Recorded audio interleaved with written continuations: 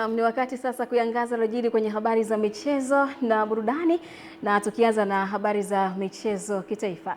Katibu mkuu wa Wizara ya Habari, Utamaduni, Sanaa na Michezo, ambaye pia ni msemaji mkuu wa serikali, Gerson Msigwa, amefanya ziara ya kukagua ujenzi wa uwanja wa Uhuru jijini Dar es Salaam na kuridhika na kasi ya ujenzi wa uwanja huo, ambapo kwa sasa umefikia zaidi ya asilimia 97 kukamilika na upo tayari kwa matamasha ya Simba Day na Yanga Day tarehe 8 na tarehe 9 mwezi huu. Taarifa zaidi na mwanamichezo wetu Juma Mohamed. Akizungumza mara baada ya kufanya ziara ya kuona hatua za mwisho za ujenzi wa uwanja huo, Katibu Mkuu wa Wizara ya Habari, Utamaduni, Sanaa na Michezo, Gerson Msigwa, ameeleza hatua ambayo kwa sasa imefikia katika ukarabati wa uwanja huo. Sasa ukaguzi niliokuja kuufanya leo ni wa kuangalia kila kimoja kimefikia wapi. Bahati nzuri mkandarasi Bwana Lee kutoka kampuni ya CRJE pamoja na washauri elekezi kutoka TBA wamenihakikishia kwamba ndani ya siku 5 kuanzia kesho watakuwa wamekamilisha uwanja wa Uhuru kwa asilimia 100. Mara ya kwanza tulikuwa tumeamua kwamba tungetumia vyoo vya temporary vya muda mfupi, lakini baadaye tukaona kumbe tunaweza tukakimbizana na hivi vya kudumu tukavikamilisha, na bahati nzuri leo nimekuta kazi imefika zaidi ya asilimia 90. Wakija hapa Shamba la Bibi, uwanja wa Uhuru, walikuwa wana shida ya kwenda kwenye vyoo vyenye hali mbaya, watakuja kukutana na vyoo vipya kabisa vya mashabiki. Hivi vyoo ninavyozungumza ni vyoo vya vyumba vya kubadilishia nguo wachezaji, sio vyoo vya mashabiki. Vyoo vya mashabiki vilikamilika tangu mwezi wa 9 mwaka jana. Katika hatua nyingine, Gerson Msigwa ametoa onyo kwa wanamichezo, hususan mashabiki wa soka, wa wastaarabu na kulinda miundombinu ya uwanja huo, ambapo ukarabati wake umetumia zaidi ya shilingi za Kitanzania bilioni 19. Usiende kwenye sehemu yoyote ya uwanja huu baada ya ukarabati uliogharimu zaidi ya shilingi bilioni 19 ukatoka na kifaa. Kwanza tutaweka watu wa kuangalia, hiyo moja, lakini pili, uwanja huu tunauwekea kamera. Ukifanya kitu chochote kibaya hapa tutakuona kwenye kamera. Uwanja wa Uhuru hatutaki mabouncer, uwanja wa Benjamin Mkapa hatutaki waganga wala waganguzi. Viwanja vitalindwa na jeshi letu la polisi na vyombo vyetu vya ulinzi na usalama. Hili ni eneo la usalama. Kutoka jijini Dar es Salaam, Juma Mohamed, Channel 10. Mkuu wa mkoa wa Njombe Anthony Mtaka amewataka wakazi wa mkoa huo kuacha kuingiza siasa katika kila jambo na badala yake wajikite katika kufanya ubunifu wa kukuza vipaji vya vijana ili kujenga kiuchumi. Taarifa ya Michael Patrick kutoka Njombe inatueleza. Kauli hiyo ameitoa katika kilele cha utoaji wa tuzo za Njombe Smart Talent Award, tuzo zilizoandaliwa na mbunge wa viti maalum kupitia Chama cha Ukombozi wa Umma CHAUMMA mkoa wa Njombe Sigrada Mligo, kwa lengo la kutambua na kuhamasisha vipaji na ubunifu wa vijana. Sisi Njombe tunajadili uchumi. Tunaanza kwanza na uchumi. Itikadi, imani zitatukuta mbele ya safari.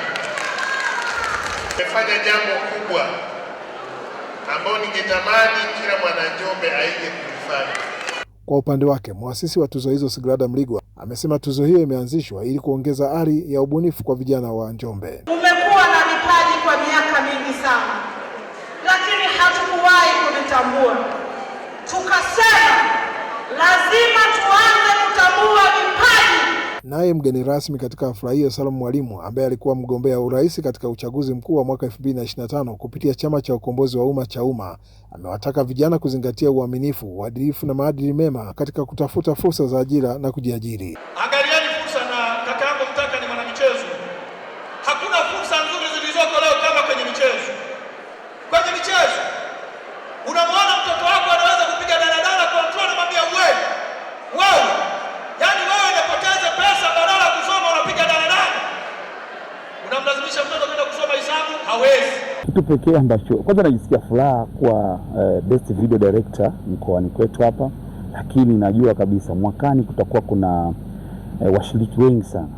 Katika mchakato wa kuwania tuzo hizo, jumla ya washiriki 103 walishiriki katika vipengele 24 vya ushindani, huku mkuu wa mkoa wa Njombe Anthony Mtaka akitunikiwa tuzo maalum ya heshima kwa mchango wake katika kuhamasisha maendeleo na uwekezaji mkoani Njombe. Kutoka mkoani Njombe, Michael Baraza la Michezo la Taifa BMT wilaya ya Singida limeanza kampeni ya kutoa elimu kwa vyama vya vilabu vya michezo kuhusu umuhimu wa kujisajili, likisisitiza fursa na manufaa yanayotokana na usajili pamoja na athari za kuendesha shughuli za michezo bila usajili rasmi. Tupate taarifa zaidi.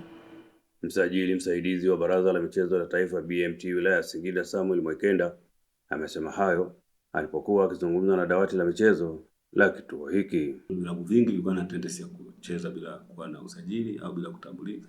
Kwa hiyo tunatoa elimu kuwaeleza nini madhara ya kutokusajili na nini faida ya kusajili.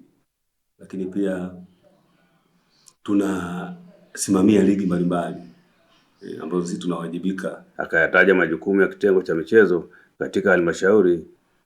Tupo kuhakikisha tunasimamia na kuhakikisha tunaweka sawa shughuli za michezo pamoja na shughuli za utamaduni, ambayo serikali inawajibika moja kwa moja kuhakikisha wanafanya usimamizi wa msingi na kuzingatia utaratibu. Na kwa mpaka sasa sisi kama kitengo tunaendelea kufanya shughuli zetu. Kwanza tunafanya shughuli za kusimamia vilabu na vyama vya michezo. Ripoti kutoka mkoa wa Singida ni mwana mchezo wako kiungo mstaarabu Jumbe Ismail wa Channel 10.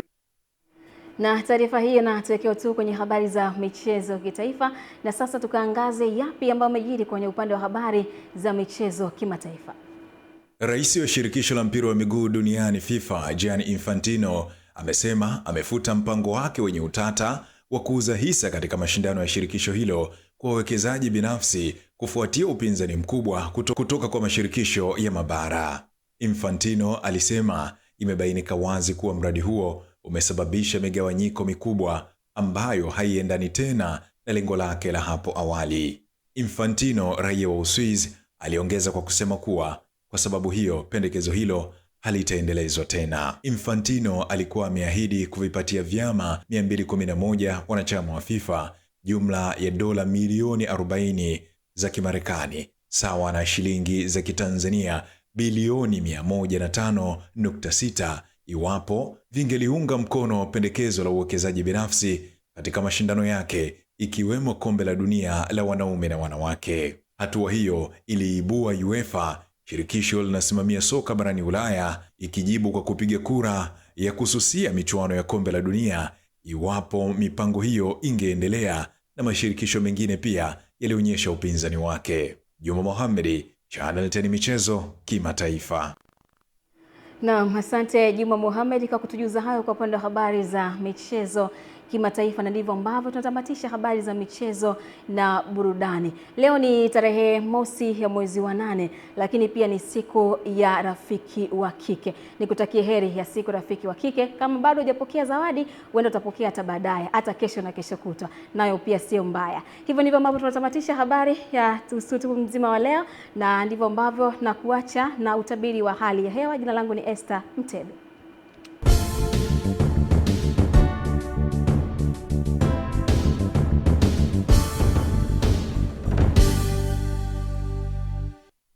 Habari za wakati huu mpenzi mtazamaji, karibu katika utabiri wa hali ya hewa wa saa 24 zijazo kuanzia saa 3 kamili usiku wa hii leo. Jina langu ni Joakim Peter. Kwa usiku wa leo, hali ya ukavu na ubaridi inatarajiwa kuendelea katika maeneo mengi hapa nchini, na kiwango cha chini zaidi cha joto kinatarajiwa kuwa nyuzi joto 7 katika mkoa wa Njombe, ikifuatiwa na nyuzi joto 8 katika mkoa wa Mbeya. Kwa siku ya kesho, mifumo ya upepo inaonyesha kuwa upepo unatarajiwa kuvuma kwa kasi ya kilomita 20 kwa saa katika ziwa Victoria pamoja na ziwa Rukwa, lakini pia kwa kasi ya kilomita 30 kwa saa kwa ziwa Tanganyika pamoja na ziwa Nyasa. Hali ya ziwa inatarajiwa kuwa na mawimbi madogo hadi makubwa kiasi, lakini pia upepo unatarajiwa kuvuma kwa kasi ya kilomita 40 kwa saa katika ukanda wote wa pwani ya bahari ya Hindi. Hali ya bahari inatarajiwa kuwa na mawimbi makubwa. Mamlaka ya hali ya hewa inatoa angalizo la uwepo wa vipindi vifupi vya upepo mkali unaokadiriwa kufika kilomita 40 kwa saa katika ukanda wote wa pwani ya bahari ya Hindi. Hivyo hatua stahiki ni muhimu kuchukuliwa. Kwa siku ya kesho, katika mkoa wa Mara tunatarajia hali ya mawingu kiasi, mvua na ngurumo katika maeneo machache na vipindi vya jua. Lakini katika mikoa ya Tanga, Dar es Salaam, Pwani kijumuisha visiwa vya Mafia pamoja na visiwa vya Unguja na Pemba, maeneo haya yanatarajiwa kuwa na hali ya mawingu kiasi, mvua nyepesi katika maeneo machache na vipindi vya jua. Maeneo mengine yaliyosalia katika nchi yetu yanatarajiwa kuwa na hali ya mawingu kiasi na vipindi vya jua. Hadi kufikia hapo, kutoka Mamlaka ya Hali ya Hewa hatuna la ziada. Asante kwa kuwa nami na kwa heri.